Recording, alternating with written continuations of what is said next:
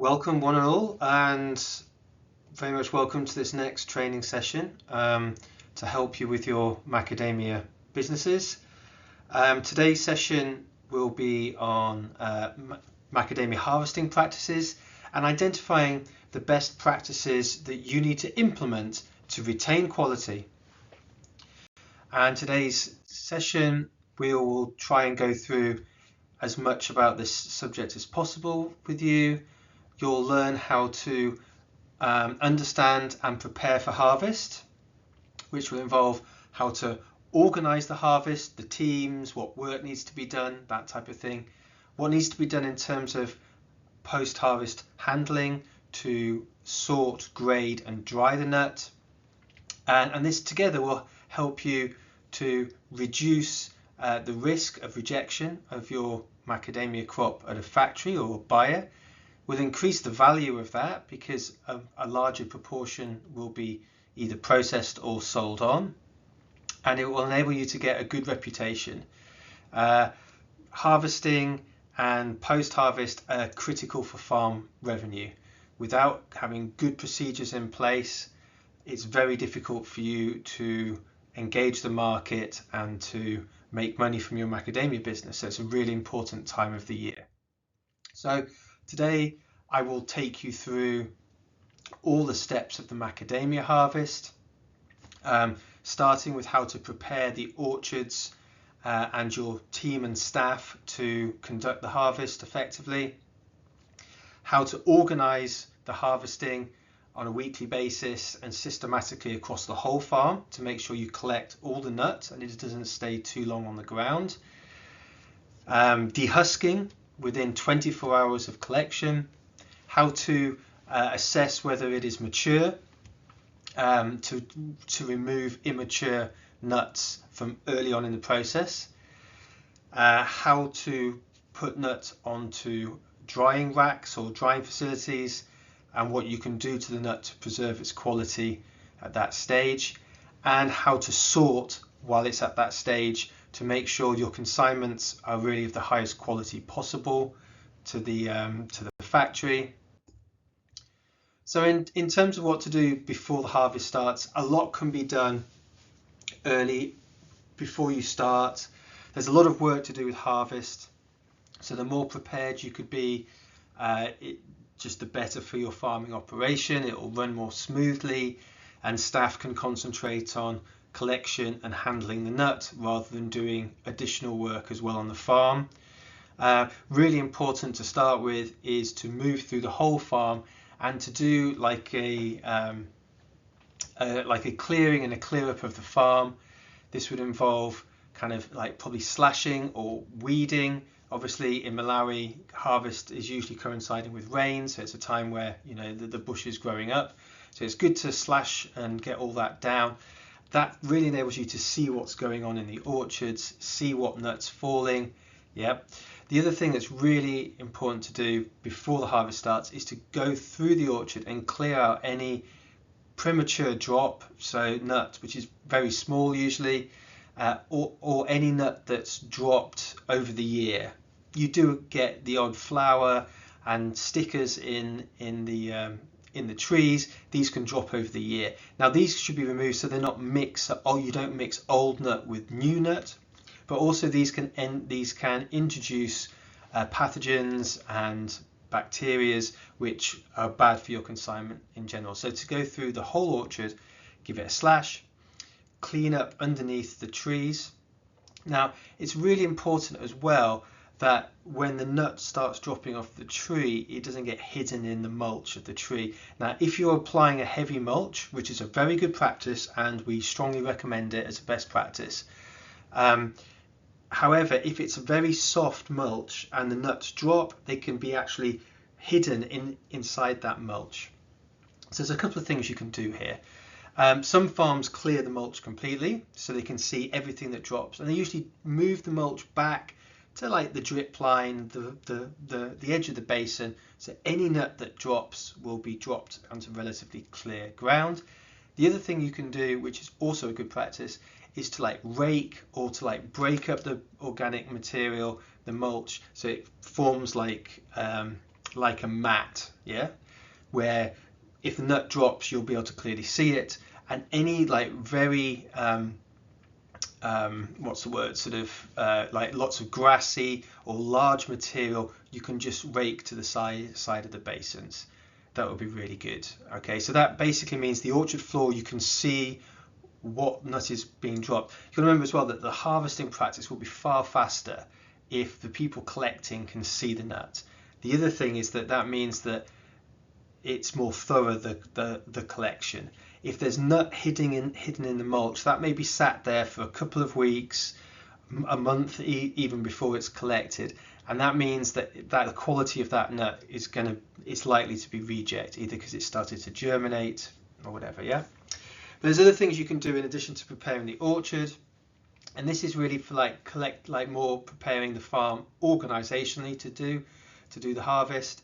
So first is to ensure that you have sufficient Hessian bags or baskets to put the nut in husk in and carry it to a aggregation point.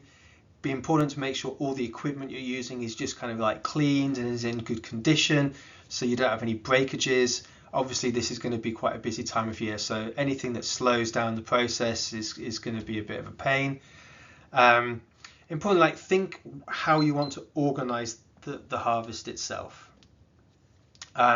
Where do people, when they've collected the nut, where do they take it to? Do they take it to an aggregation point to be taken to the dehusking point? Do they take it directly to the dehusking point? Just have a think about the process that this requires.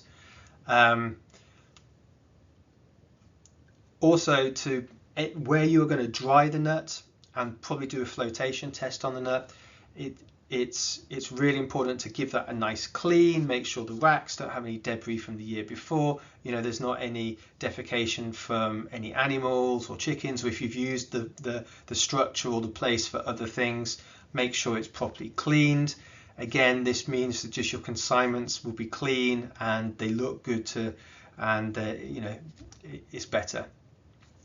If you're using drying racks, I know that many of you do not have dehusking machines and you do not have drying bins specifically built for this, in which case you should be using drying racks almost always. This raises the nut off the ground, it's good practice, and it gives you a space to be able to grade the nut. Yeah. So yeah, make sure you've got sufficient capacity for that. So the clear up round, this photo is just from an orchard floor that I just took in September, so it's way before the harvest. You see you've got very premature nut that's been dropped, that's already brown, it's already browned off. It's good just to clear this out.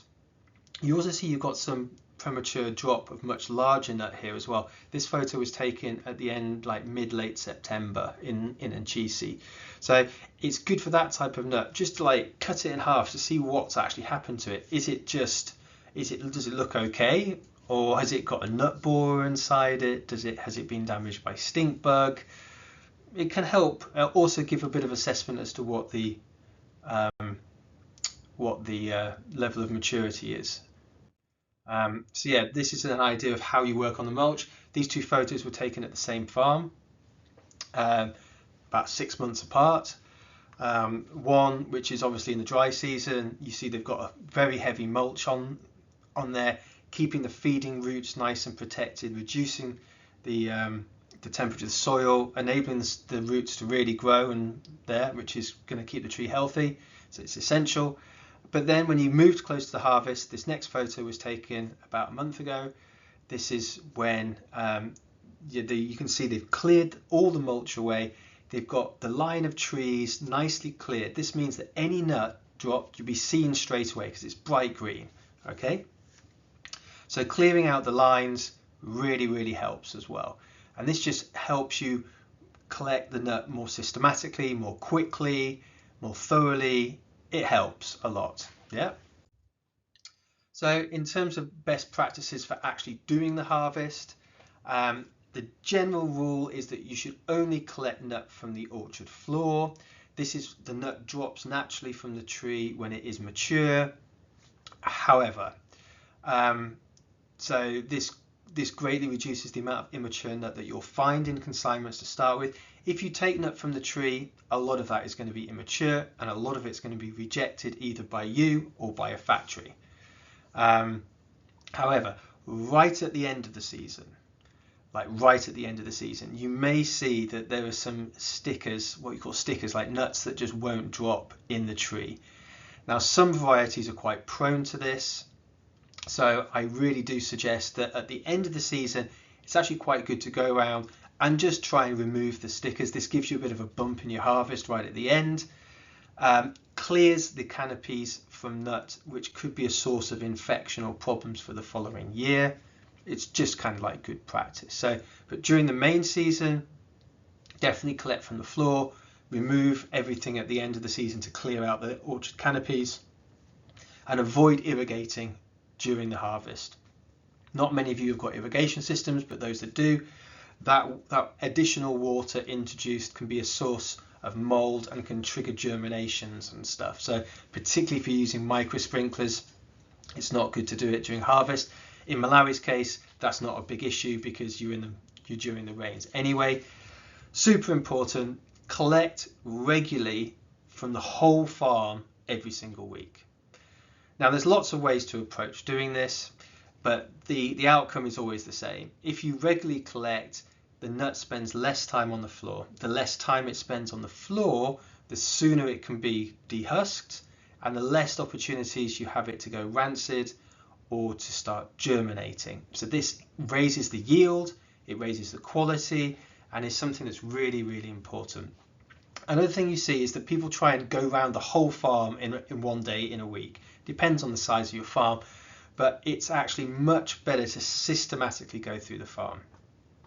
This means that the whole farm should be covered by a thorough collection at least once a week. So if you divide your farm up into, I don't know, 2, 3, 4, 5 zones, depending on the number of people you have and the size of the farm, and you systematically go through and really clear one section at a time. And that means that you can collect in the morning potentially and dehusk in the afternoon and get it onto a drying rack. And that way you never accumulate a large pile to dehusk. Now, if you don't dehusk regularly, you'll end up having a big lag time in dehusking, which will negatively affect on quality. There's lots of ways to do this, but there are a few sort of pointers. Also, handle with care. Macadamia nut in shell, nut in husk is, all right, it's protected and it's got a hard shell, but if you drop it or it has impacts, particularly if it's in a bag and you drop it on a stone or something, that will bruise the nut. And again, that's a source of reject that can be avoided, so if possible, should be.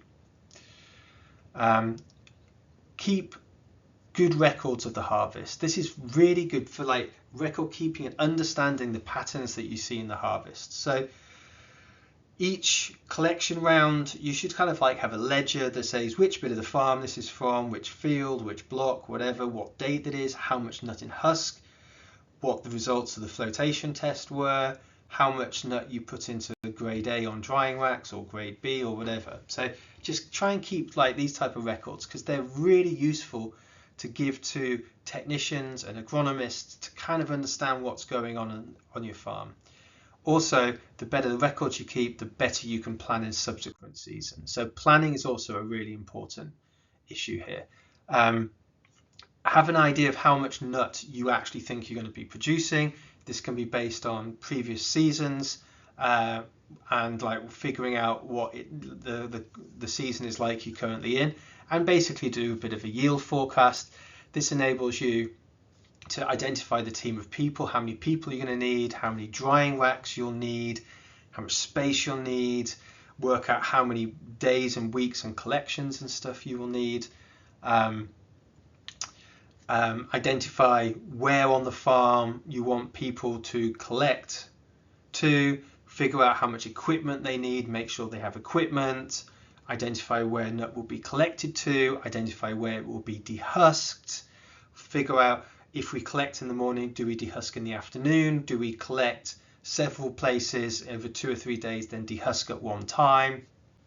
There's lots of options, but what I would say is it's better not to aggregate a large amount of nut in husk if you are going to do it manually.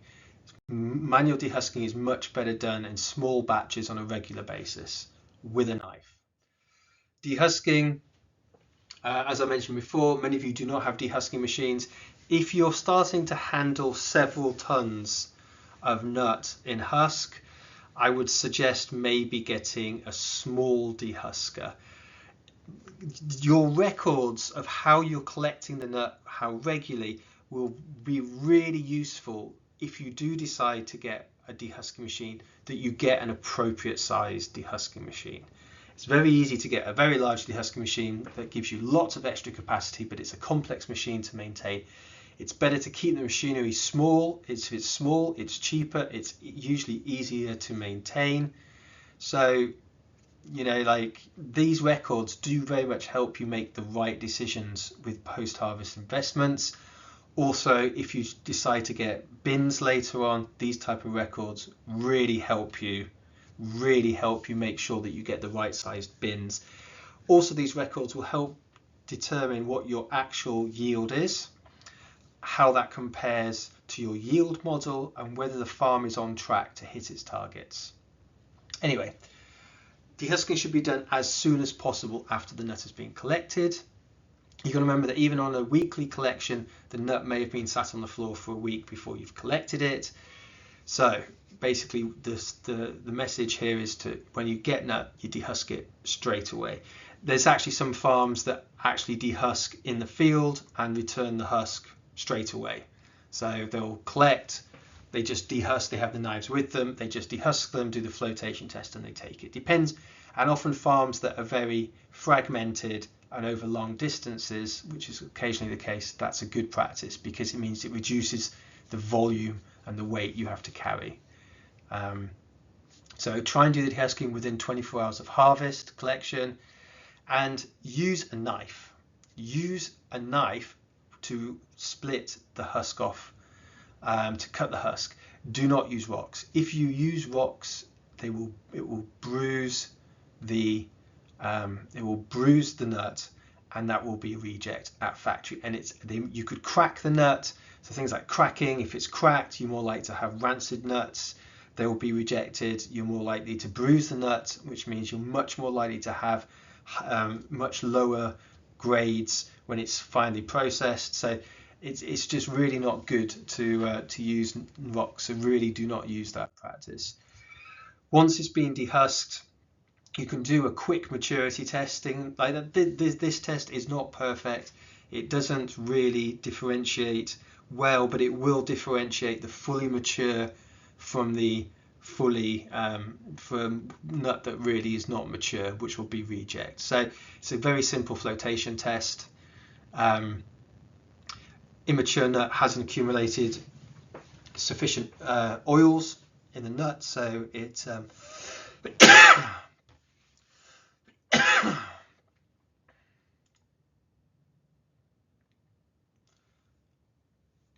immature nut can be difficult to externally assess. Often the nut has got a pale shell, but that can be quite difficult to determine sometimes. So you put all the dehusked nut into a bucket or a pail full of water, and you leave for a couple of minutes. Basically, the most important thing to note is that floating nuts fail because they're more buoyant. So they float to the top. This is essentially grade B and needs to be separated onto a different drying rack if you're going to retain it for sale or destroy it. Grade B nut should not enter the formal market per se, but could be suitable for secondary processes or for processing locally or something. Sinking nuts pass. So anything that's sunk or remains at the bottom of the bucket, that should be put into grade A. Yeah, and put on a drying rack. Drying, this is essential to preserve quality. It takes from wet in shell at about 20% moisture content down to 10%. Often you can get down quite a lot lower than that, depends on where you are, how humid it is and stuff. I mean, the most important message with macadamia drying is it needs to be slow and progressive. if you're not going to have a managed system to do it, that's likely to take 6 or 8 weeks to do. So it's not a particularly fast process. You can't really speed it up because the main reason that you want a slow, even drying. You don't want a rapid drying, which is uneven. That can make the nut stick inside the shell. It can be uneven, so you get bits of the nut that are very dry and other bits that aren't. High temperatures from sun can essentially cook the nut in the shell if they get up really high. So again, that will just increase your level of reject. So another thing that commonly you see is that people place on like a mat on the floor. Okay, this would work, I guess, but it doesn't really promote aeration. You also can't stack it. So actually it's very inefficient in terms of space. On a drying rack like the ones we see, you can get like 5, 8, sometimes even 10 centimeters of nut in shell. Each one of these racks will carry at least 100 kgs, I would have thought. Bigger ones, you can also stack them, so they can be quite efficient in space. You can, on the dry racks themselves, you can use pieces of wood or canes or something to separate out the different harvests, so you can kind of like look at quality from different bits of the season and all that, so it's really good. But most importantly, while on the racks, you can really start to sort the nut. So that it's like so you can actually you need to turn the nut like every couple of days to make sure it's going to evenly dry. And while you're doing that, you can spot nut that is defective and cracked or pale shelled or misshapen. So this poster kind of like indicates some of the things that you'll probably see. You can have undersized nut should be removed. This is generally considered at 16 millimeters, but it can be others depending on your market. Any visual cracking, any buttons, which is like a kind of half globe kind of shape that you see, just a deformity. Often things that are going to be either rotten, moldy, discolored or heavily discolored and stuff. The shell will start to go very, very dark. Like a kind of an indication it's kind of starting to rot. Also like things like cracked things, and some of this doesn't manifest until it's been dried a bit, so you need to keep sorting and grading. This is just another like sorting chart. You can see the pale shells here. That's like an indication of immaturity. These were all passes. Yeah, even like some of these things, this is where the shell has kind of adhered to the husk. That doesn't necessarily mean it's a reject because it's external. The shell will be taken off eventually. You see this type of damage from rats. I don't think that would even probably make it onto the drying rack. You can have these are kind of like not fully formed shells. That means you often get discolorations and molds. Nut borer damage. These are quite easy to spot. They have like a clear hole in them where the nut borer has come out. Badly cracked nuts, black shells. This is almost always an indication of mold, yeah, or germination. Like germination, you usually have this prominent like crack along the suture line of the, and that's usually because the nut has started to expand. You get this like darkened line on the nut indicating that the germination process has commenced.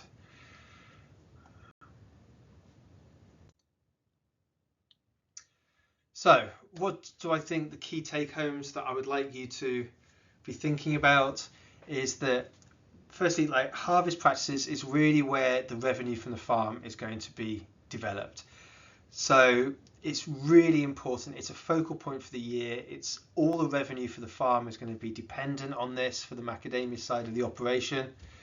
And it has a big influence on quality.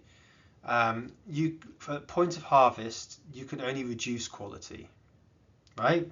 If you don't handle it correctly, if it's not dried correctly, if it's not sorted correctly, essentially what you're getting is a lower quality product.